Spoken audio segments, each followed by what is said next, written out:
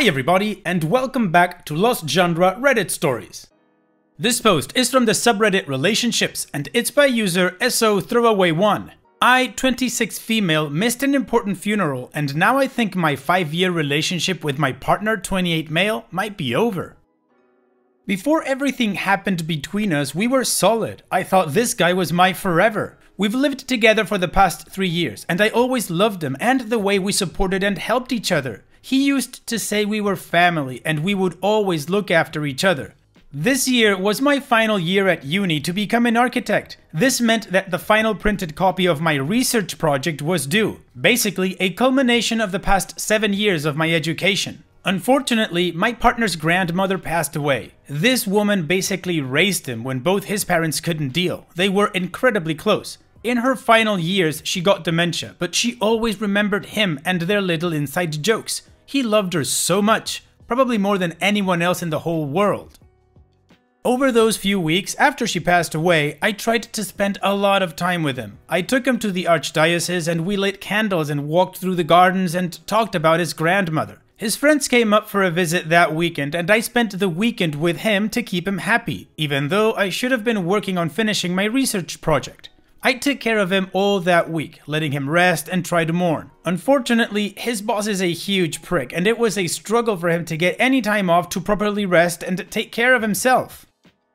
His grandmother's funeral was scheduled to be 4 days before my research project hand-in date. The problem with this is that I still needed to get everything printed and do the final editing, and the funeral was happening on the other side of the country. This was a 200-page research project. I worked my ass off to get everything together beforehand so that I could go with him, but in the end, I didn't have the time, and the reality was that I was editing and adding to the project up until 2 days before my hand-in. I did Skype with him in the mornings and evenings so we could talk about how he was doing. After the funeral, he returned home, but he was incredibly sad. After my hand-in, I tried to talk with him about it. He showed me some pictures and I read the eulogy that his sister read at the funeral. I cried a bit after reading the eulogy. And that's when my boyfriend got angry. He said that I didn't have the right to cry or be upset because it was his grandmother and because I had chosen to forego the funeral. Things have just gone downhill since then. It's been 2 months. On top of my research project, I also had my regular work to finish over the past 2 months. It's just been a very busy time in my life. My boyfriend went through a similar experience a year before, where I helped and supported him through his work, and he tried to help me and support me through mine. But the entire time he was cold and distant. And at one point, he even admitted to me that he didn't want to help me and he couldn't be bothered.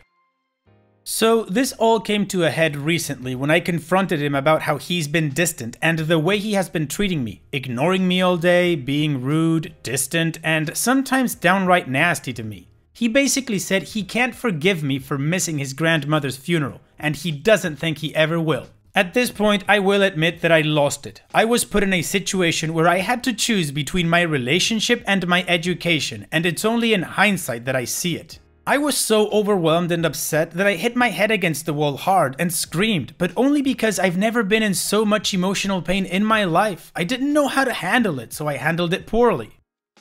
Since then, things have not gotten better. We've tried to talk it over calmly, but a few days ago he lost it and went on this rant about how terrible his life is and how hurt he is. There is a lot more going on with his family than I knew, including that his father used to beat him badly and his grandmother would protect him. I never knew this about his father, though I knew they had an incredibly strained relationship. I've suggested therapy, but he had said he's not up for it.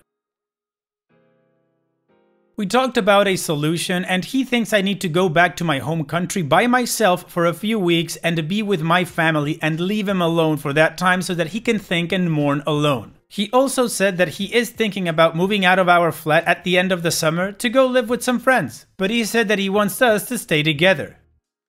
I think at this point that the relationship might be over. I don't know how to show him that I am sorry I missed the funeral, but there was no other option for me. I love this guy so much, but if this is how our relationship is going to be, I don't think I can do it.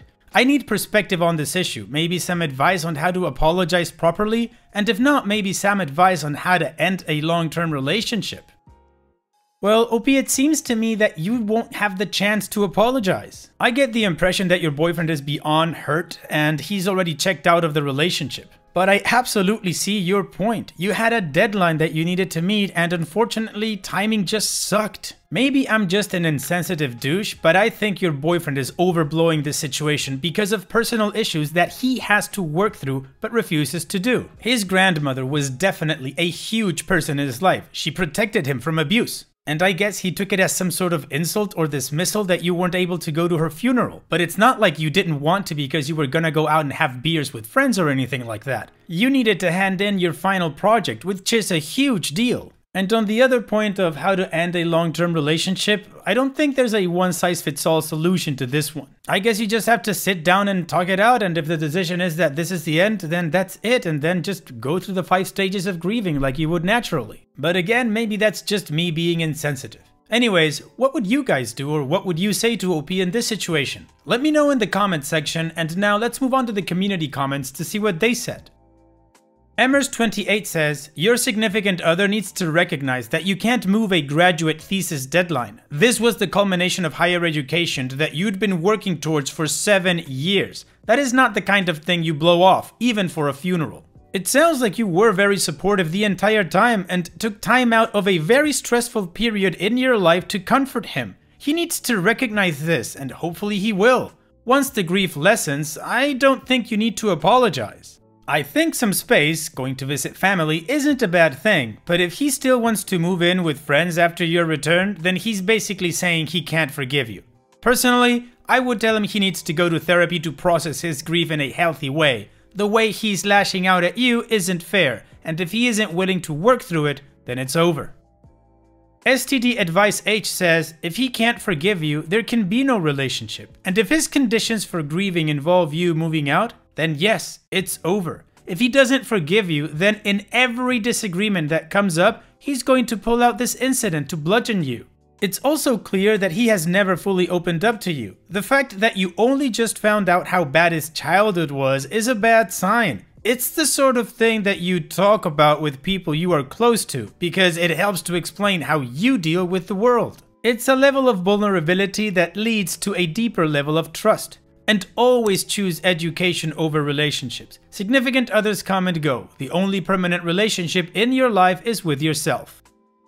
Hey Apples says, I saw a family situation come up once where someone was scheduled to take their medical boards the same week that their father-in-law was dying of cancer. Due to travel distance and the immovability of the medical exams, she ended up missing his final days and the funeral. It was a truly gruesome situation I would not wish on anyone. However, all parties involved were adults about the situation and carried on as best they could despite the unfortunate circumstances, knowing that life and responsibilities have to carry on even in the worst of times. If your boyfriend can't understand that 2 months after the fact, it should be a big red flag to his maturity level. Holding grudges and then sulking about it for such an extended length of time is ridiculous. It would not be unreasonable to give him a wake-up call. You need to get over this or we're through, because holding the relationship hostage while he pouts is toxic.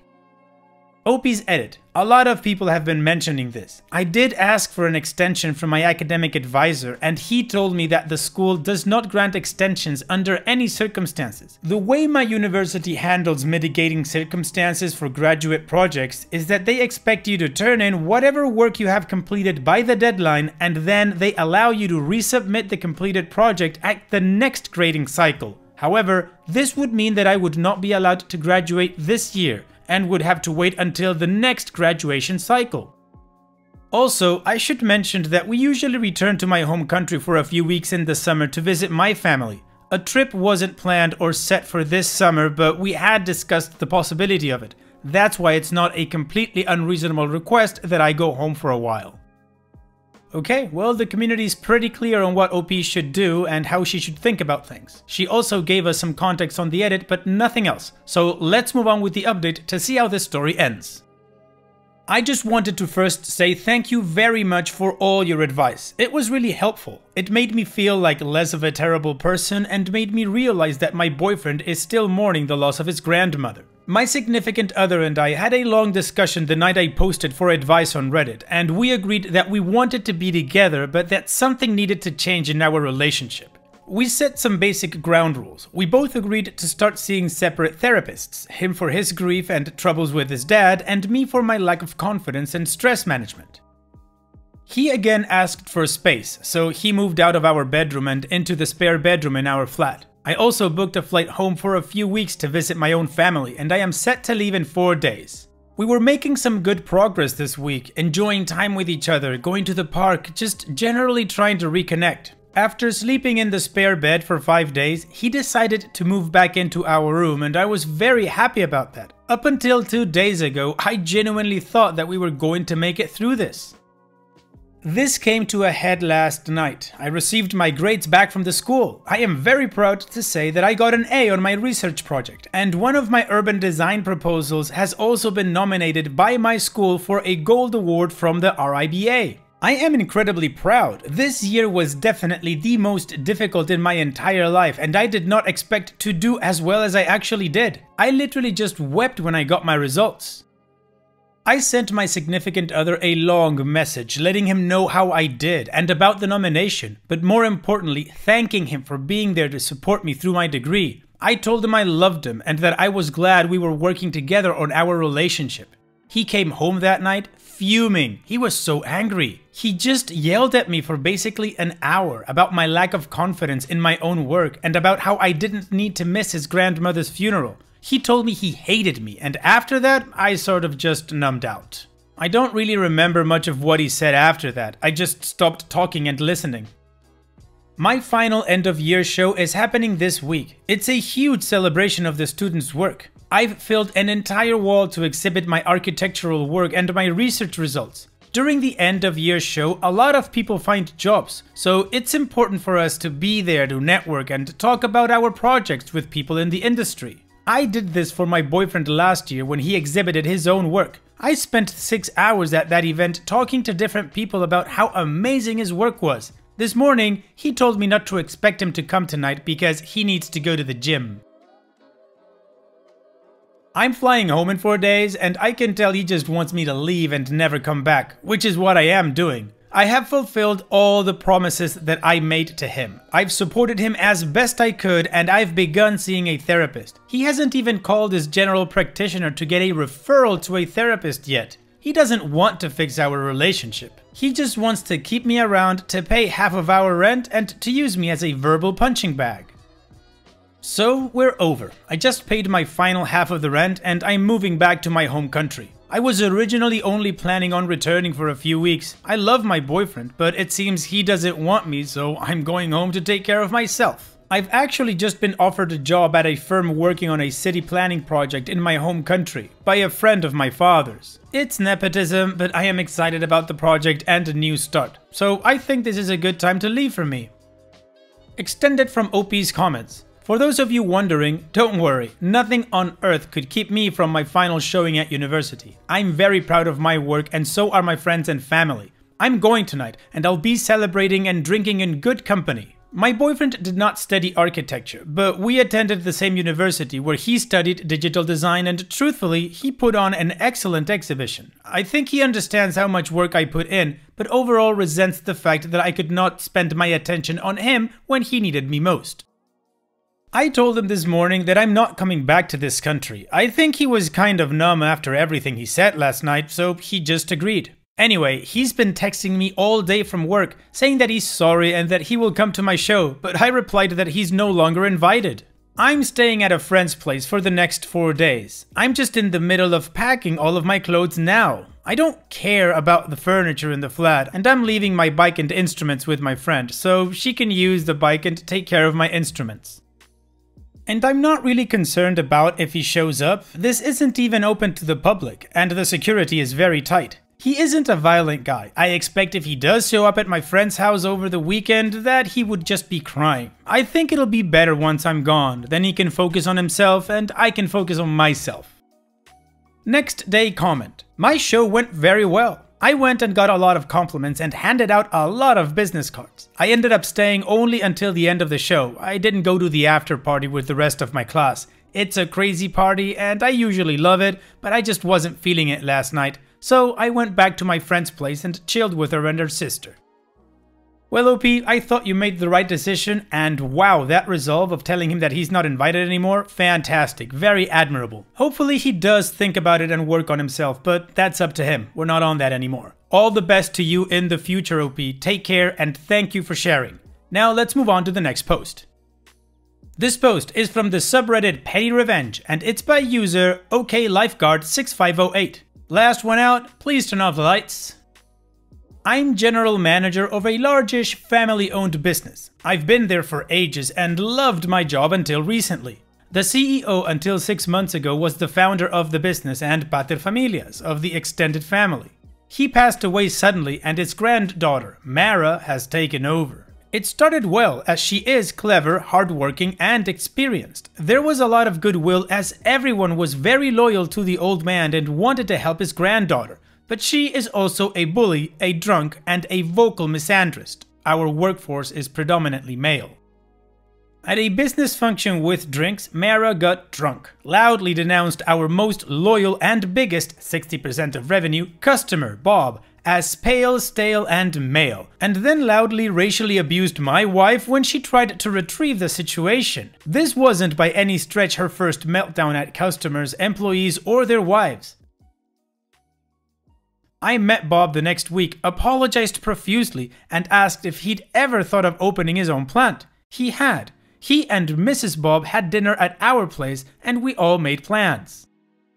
In the weeks following, my leadership colleagues, our machine operators, and I have quietly signed up to work at the new plant. We've had after-hour meetings, which we code-named Fight Club, to plan the new business. All very exciting. Here's the revenge bit. We are all on week-to-week employment contracts. Friday last week, we all resigned by email 5 minutes before clock-out time. Mara was sitting at her desk with email after email rolling in with resignation in the subject line. You could see the blood draining from her face. I almost felt sorry for her. Almost. Then I remembered what she did to my wife. Tomorrow is our last day. We've recruited almost all the remaining employees to the new business. I do have a non-compete clause in my contract, so it's a 4 to 3 month holiday for me.